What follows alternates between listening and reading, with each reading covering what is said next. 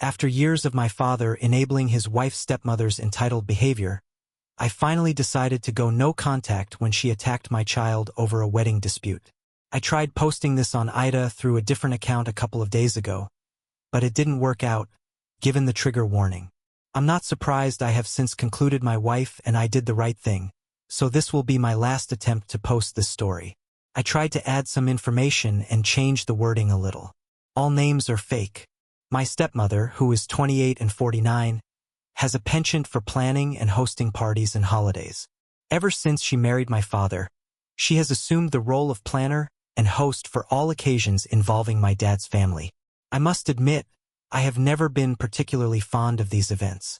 She tends to be quite controlling and tends to become upset if anyone voices a complaint. However, I have tried to be patient and accommodating for my father's sake. I believe that by doing so, she feels included and valued. In July, I will be getting married to my fiancée, Jane, who is 26. We got engaged and Jane ended up getting pregnant a couple of months after that, so we decided to postpone the wedding to focus on our son for a while. As a result, our engagement has been longer than we anticipated. My stepmother has expressed concerns about our wedding plans from the beginning, and we have had to navigate her input throughout the process. She has attended Jane's dress appointments and other events without prior notice, which has caused some challenges. My father has encouraged us to consider her perspective, but it seems there might be some underlying resentment. We have decided not to include her in the wedding invitations, other than as the mother of our son. We also have Luke, who is Jane's paternal half-brother. She gained custody of him a few months into our relationship, following the death of his parents. I ended up moving in with them during the pandemic, and Luke has been in my life since he was a baby. He does not refer to me as his father, but rather as his sister and his op. We love him like a son. However, our stepmother has expressed some negative feelings towards Luke. She has accused Jane of trying to gain access to our family by having children with our son. This accusation has become more intense since our son was born. My father gets along with Jane and Adair, but the stepmother has asked him to refuse to watch Luke, so we don't often leave the children with them. Instead, Jane's brother and S usually watch the children, as their children are close in age to ours. We had a disagreement last Sunday, and my Bill was out of town with his family, Jane's other siblings. My dad agreed to babysit at our place and we left.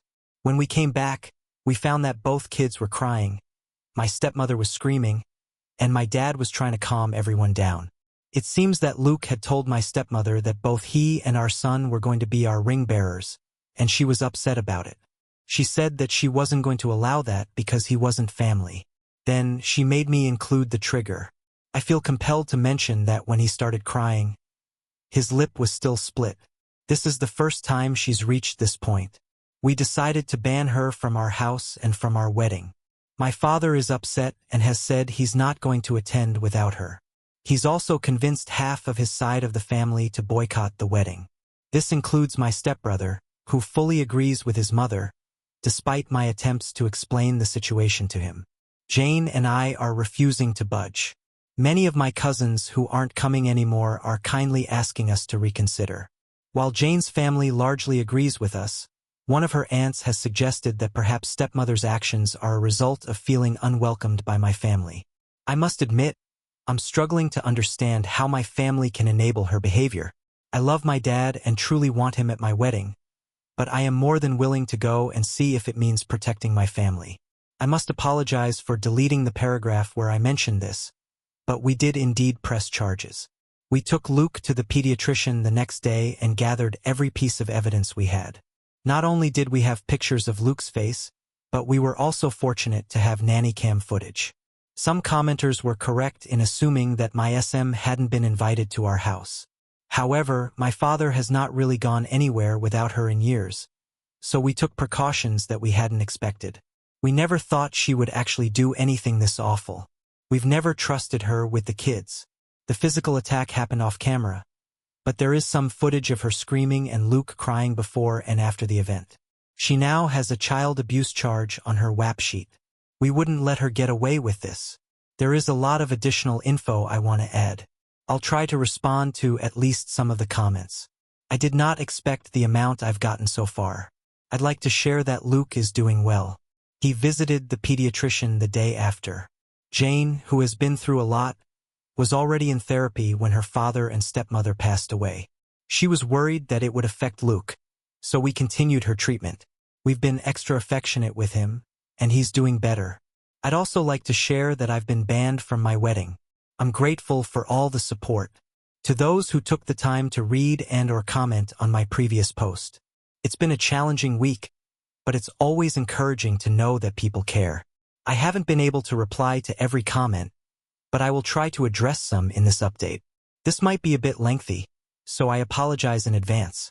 I'll start off by saying that Jane and I have decided to go no contact with my dad and stepmother. We haven't really spoken to either of them since the incident, and I don't plan on being the one thing I should mention is that my younger sister is handling all communication between us. She's completely on our side, but we're keeping our distance for the time being. I've decided to adopt Jane's way of dealing with people she cares about. She forgives what's apologized for but never forgets. Basically, if Dad or SM ever truly understand what they did wrong and sincerely apologize, we're willing to forgive them even if it's begrudgingly. However, we will never ignore or let them forget what they did. They did to our family. For the time being, neither of them will be allowed near Luke, our baby, or any other kids we may have in the future. Even if we do forgive them, as for the rest of my family, I have read many comments suggesting that I post pictures of Luke's face as well as the nanny cam footage. I am not very active on social media, but even if I were, I am not comfortable exposing my injured preschooler like that, especially given that nothing on the internet ever truly goes away. I have found that this does not truly go away.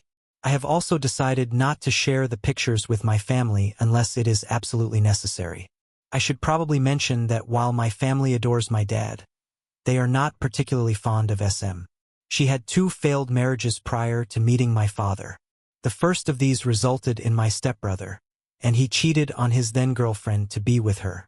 My family loved that girlfriend and disliked SM right away. Not only has she been controlling and manipulative since the beginning, but she also attempted to assume the role of family matriarch by any means necessary. She particularly enjoyed taking over the planning of family events, as it brought her a great deal of attention and compliments. I disliked these parties growing up because she often made everything about her, including Christmas, my sisters, and my birthday and other occasions. The rest of the family was not as strongly opposed to her, but they never liked her with Luke. Most of my relatives didn't meet him until CO restrictions got looser. By then, he was 2 years old. He's a bright and genuinely lovable kid. There weren't really any other small children in the family, so everyone immediately started liking him. It seems that SM got upset that Jane and Luke were accepted by my family so easily compared to her experience. That might be why she resents them both, but I can't confirm that she was also mad. It's worth noting that aside from not being the planner, she would have absolutely no involvement in the wedding party. She did try to pressure us into letting her officiate, but we ultimately decided against it. One of Jane's best friends was offered a role a year ago, and my stepbrother was initially considered for the role of best man. However, he wasn't interested, and I'd already made arrangements with my best friend and her sister's daughter to be our flower girl. We also had the pleasure of having Jane's 3-year-old niece, who is also her sister's daughter, in attendance. 5 and doesn't know us. She also tried to convince us to let my dad walk Jane down the aisle since her father's gone. But her eldest brother, the Bill I mentioned in the first post, had already been enlisted. SM was disappointed that my family wasn't as involved in the wedding as Jane's, and she made some comments about how things might be different if we put her in charge.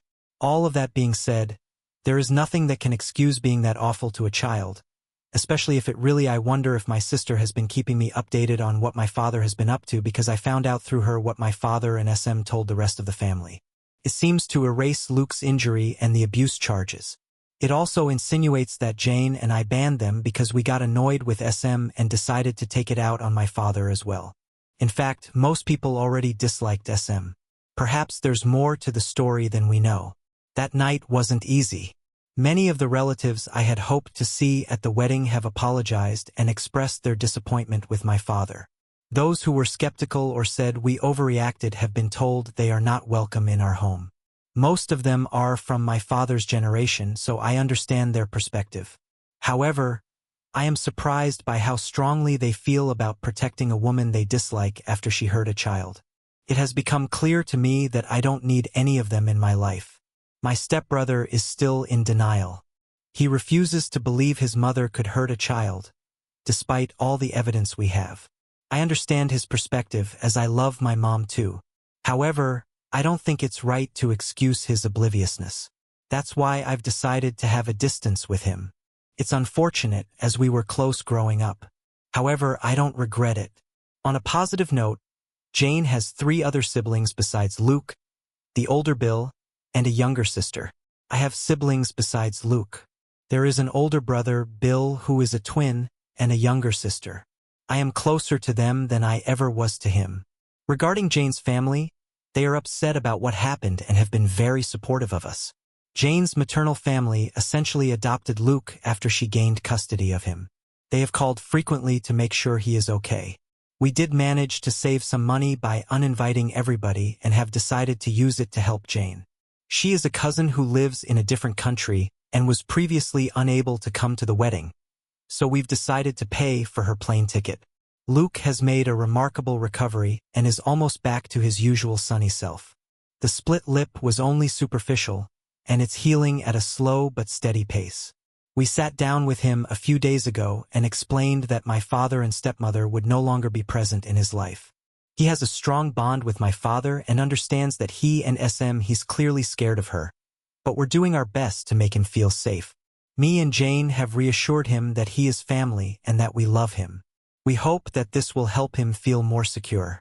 I'm not too worried about Dad or SM trying to show up at the wedding, but we've alerted the venue and given them pictures just in case they try anything. We just hope that everything will be fine.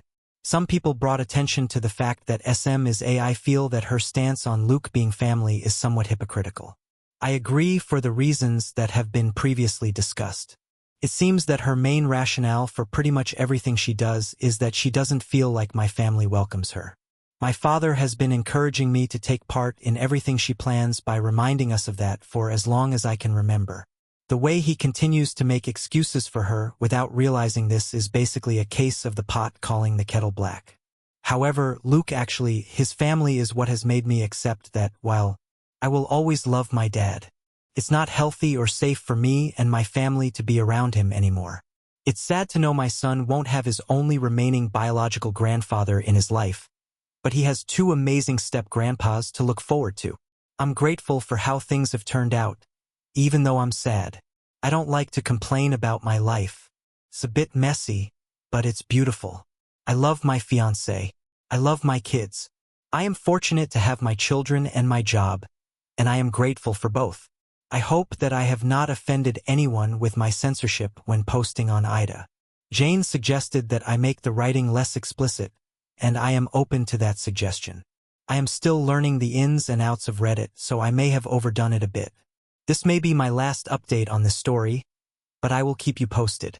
Thank you for all your love and support. Best wishes to all. I'm aware that many of you have been eagerly awaiting an update on my family and my kids. I'm afraid that, when I share it, you may be disappointed. We're coming to terms with the fact that it's unlikely that SM will face any significant consequences. Jane and I are discussing our next move with our lawyer, but we're still not sure how we're going to move forward. It's still too early to tell, so we're trying not to get ahead of ourselves. I am happy to share that we are taking the first steps towards obtaining a restraining order against SM. We are using the same evidence we gathered the week following the incident, including the nanny cam footage and pictures of Luke. For now, I have not spoken to my father. My sister is still in LC, but she is seriously considering cutting ties with him because she is the only one on my side who still talks to him. My father has been inquiring about me and my well-being. According to my sister, he is disappointed that many of his relatives have chosen not to communicate with him. However, he seems to be struggling to understand my decision to confide in her. I never asked her to serve as an intermediary between us, and it is evident that this role is taking a toll on her. Nevertheless, she is determined to continue until she feels it is no longer necessary. It seems clear that SM attacked Luke. Not only did Luke say so at the moment we got home, but my father also confirmed it in a failed attempt to defend her behavior. He never tried to hide it from us. In fact, he gave Luke an ice bag, which is the only positive thing I can say about his actions. Sam was too busy screaming about how much of a whining brat Luke was to deny it. Those who guessed SM is younger than my father also pointed out that she was quite young. I believe she is also 5 years younger than his previous girlfriend. They got together when I was around 15. My stepbrother is only a month older than me. She will turn 50 later this year. She had him at 21 and married his father a year later. I am happy to say that both our kids are doing mostly okay. Luke is back to running around the house in his Superman costume whenever he doesn't have anything better to do. He did a few nightmares this past week, but I am sure he will be fine. He has been asked to sleep on our bed twice. We don't mention my father around him, and he is still seeing his counselor. Our 14-month-old son has learned 2 new words, hi and bye. Luke is trying to teach him to say his name. Jane's sister, who moved away for college, is coming over for a couple days to celebrate her 21st birthday later this month. Luke is excited to see her, and Jane is excited to celebrate with her. I can't say I blame her. We're hoping her presence will cheer us all up. I'm not doing so well, and neither is Jane. She's usually the kind of person who tries to keep her negative emotions to herself, but she cried herself to sleep almost every night. The week it happened, it broke my heart to see her like that. I can't help but feel like this is my fault. There's a part of me trying to tell me I had no way of I am aware that SM would do anything like that, but I don't think that changes anything. I allowed my father to be near my kids unsupervised, even though I knew she'd probably tag along.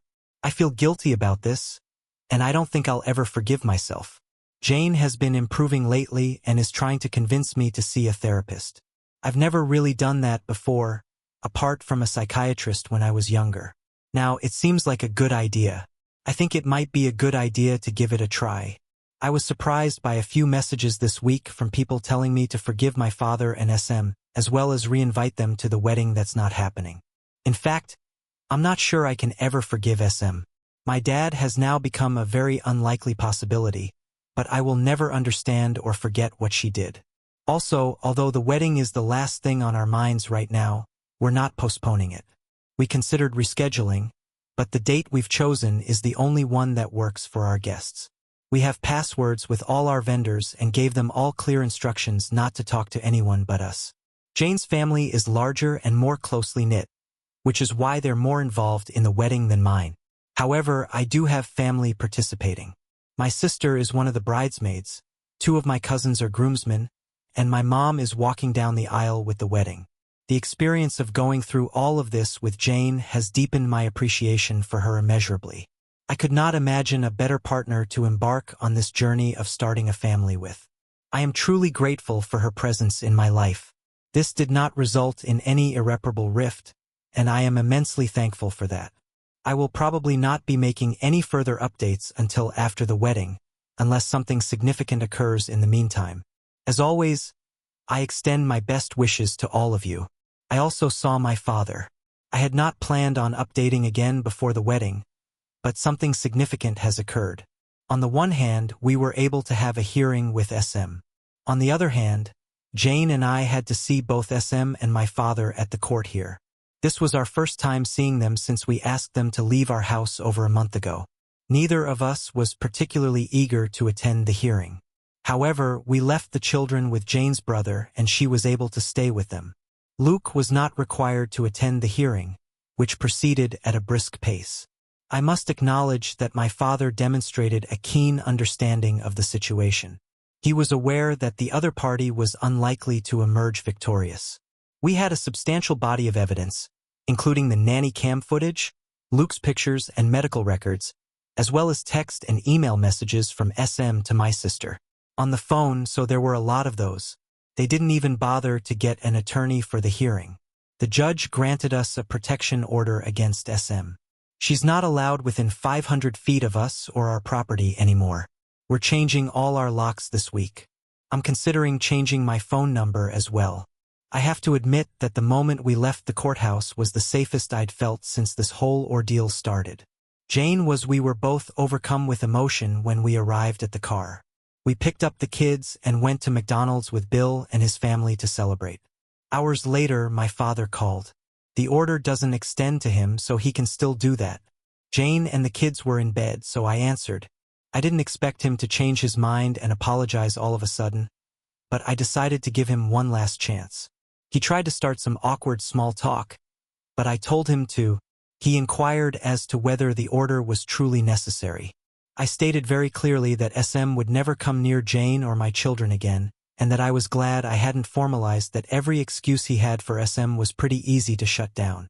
However, she only hit him once, which I felt was sufficient.